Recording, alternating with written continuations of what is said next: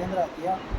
आज मेरे ऊपर जो जानलेवा हमला हुआ है, ये जानलेवा हमले का इसका मुख्य कारण जो है और मुख्य इसका मेन कोई व्यक्ति है तो वो है राज्य मंत्री गौतम टेटवाल। जैसे कि राज्य मंत्री ने भी कहा है कि लोग अपनी पॉपुलैरिटी बनाने के लिए मुझे बदनाम कर रहे हैं। तो साथियों, मैं किसी पॉपुलैरिटी का मोहताज नहीं हूँ, क्योंकि लोग ऐसा नहीं है कि मुझे नहीं जानते लोग, मुझे भी सब लोग जानते हैं। मेरे को कोई पॉपुलैरिटी नहीं बढ़ानी है, लेकिन मैं कुछ रिकॉर्डिंग भी भेज रहा हूँ कि मुझे इसके अनुयायी के द्वारा पहले भी जान से मारने की धमकी आई है। इस आदमी ने भी कई बार मेरे को जान से मारने की धमकी दी थी कि तूने मंत्री जी पे केस कराया ना, तेरी तो ऐसी की तैसी कर देंगे मंत्री जी, तेरे को तो बकरे जैसा उल्टा टंगवा कर दे, तेरी खाल खिंचवा देंगे। मैं कई दिन से सदमे में हूँ, टेंशन में हूँ कि मेरे को जान से मारने की धमकी बार बार मिल रही है। इसके लिए मैंने पुलिस को भी सूचना दी थी, लेकिन आज तक उस पर कोई एक्शन नहीं लिया गया। कई मेरे पे 4-4, 5-5 केस प्रकरण झूठे दर्ज हो गए। मैं गांव में था ही नहीं, उसके बावजूद में मेरे खिलाफ़ कोई आदमी अगर थाने में जाता है तो मेरे खिलाफ़ तुरंत एफआईआर लिख ली जाती है। और मैं अगर किसी के खिलाफ़ कोई मेरे को मार भी दे, किसी के खिलाफ़ अगर मैं कोई मेरे को चाकू मार दे, डंडा मार दे, तो अगर मैं किसी के खिलाफ़ अगर वहाँ थाने में जाता हूँ तो मेरे से सिर्फ आवेदन लेकर रख लिया जाता है। जो टीआई मैडम है शकुंतला बामनिया, इनको कई बार मैं आवेदन दे चुका हूँ। और मैं कोई व्यक्ति के खिलाफ़ अगर मेरे पास पक्के सबूत है और वो सबूत लेकर अगर मैं टीआई के पास जाता हूँ तो यही टीआई मैडम शकुंतला बामनिया जो है मेरे को गांधीगिरी सिखाने लग जाती है। बैठाती है मेरे को सामने वाले पार्टी को बुलाती है और बुला करके कहीं ना कहीं कंप्रोमाइज़ की बात करती है।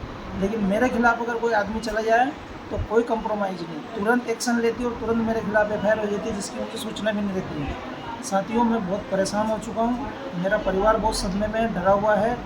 आज मेरे ऊपर ये जानलेवा हमला हुआ है, मेरे परिवार का मैं इकलौता लड़का हूँ। उसके बावजूद में भी हम कई बार किसी से भी मदद की अगर गुहार लगाते हैं तो सिर्फ आम लोग मदद कर पाते हैं, लेकिन प्रशासन से जितनी भी बार मैंने उम्मीद की है उतनी ही बार मुझे निराशा मिली है। साथियों, मैं भी भारतीय जनता पार्टी का जिला उपाध्यक्ष रहा हूँ और अभी हूँ वर्तमान में, और सुल्तानिया गाँव का सरपंच हूँ। मैंने मेरे गांव का जो अतिक्रमण निकाला था तो मुक्तिधाम की भूमि पे इस कैलाश पिता सिद्धनाथ और जो है दुर्गा प्रसाद सिद्धनाथ, इन्होंने मुक्तिधाम की भूमि पे कब्जा कर रखा है। जहाँ पर मरे हुए बच्चों को जहाँ पर जलाया जाता है, दफनाया जाता है, उस जगह पे इन्होंने कब्जा कर रखा है। अब उस भूमि को मैंने अतिक्रमण नहीं निकाला, सरकार के द्वारा निकाला गया विधिवत तरीके से। मैं 3 साल से आवेदन दे रहा था तहसीलदार को, तब जाके पिछले साल तहसीलदार श्रीवास्तव ने निकाला था, लेकिन इन लोगों ने फिर दोबारा कब्जा कर लिया वहाँ। अभी इस बार वापस मैंने आवेदन दिया, कहीं शिकवा शिकायत करी मैंने, तब जाके बड़ी मुश्किल से इन्होंने दोबारा अतिक्रमण निकाला। पूरे पटवारियों की टीम आई थी, नायब तहसीलदार साहब आए थे, आकर कर उन्होंने अतिक्रमण निकाला।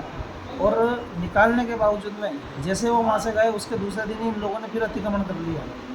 ये कहते हैं कि मेरे ऊपर ट्रैक्टर चढ़ाने की कोशिश की, मैंने बिल्कुल भी ऐसा नहीं किया गया। ये आदमी झूठ बोल रहा है। कैलाश, मैं जो है डेली गांव से कचरा इकट्ठा करता हूँ। मेरा गांव स्वच्छता में मैंने नंबर 1 बना रखा है।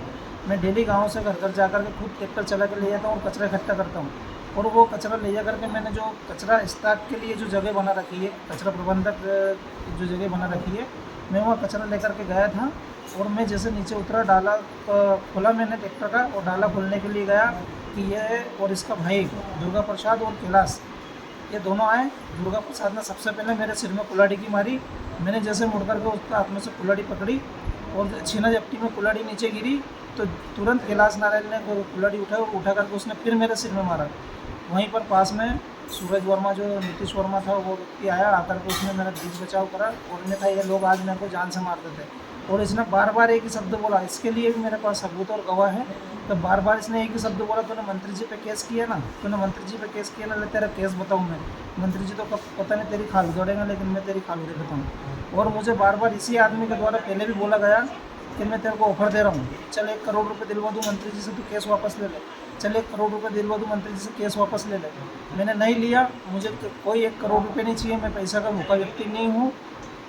तो इस व्यक्ति ने कहीं ना कहीं उस रंजिश को पालते हुए, और ये अतिक्रमण मुक्त भूमि करवाई मैंने, जहाँ इसका कब्जा था, इस रंजिश को पालते हुए, और इसने राज्य मंत्री गौतम टेटवाल के कहने में आकर के, क्योंकि इसने खुद ने कहा कि हमारे साथ तो राज्य मंत्री गौतम टेटवाल है, तेरा साथ कौन है, तुझे कौन बचाएगा, इस बात को लेकर के बार बार इसने बोल करके और मेरे पर कुल्हाड़ी से हमला किया। साथियों, ये बात मैं 100% सत्य कह रहा हूँ। मेरे को झूठ झपाट बोलना आता नहीं है, क्योंकि ये लोग कभी से मेरे को धमकी दे रहे थे। मैंने पुलिस प्रशासन से मांग भी की थी कि मुझे पुलिस प्रोटेक्शन की आवश्यकता है। मैं एसपी साहब को भी आवेदन देकर आया था, लेकिन आज तक मेरी किसी ने नहीं सुनी। टीआई को भी कई बार मैंने आवेदन दे दिया कि मुझे जान से मारने की धमकी दी जा रही है, मेरी एक नहीं सुनी। ये सारे आवेदन मेरे पास में रखे हैं, मैं सारे आवेदन आप लोगों को भी दिखा दूँगा। मैं मीडिया के सारे कर्मियों से निवेदन करता हूँ कि साथियों मेरी मदद कीजिए, क्योंकि ये लोग है ना मेरी बिल्कुल भी नहीं सुन रहे हैं, पुलिस प्रशासन मेरी बिल्कुल नहीं सुन रहा है। इसलिए मेरी आस मीडिया से और आम नागरिकों से है। धन्यवाद साथियों।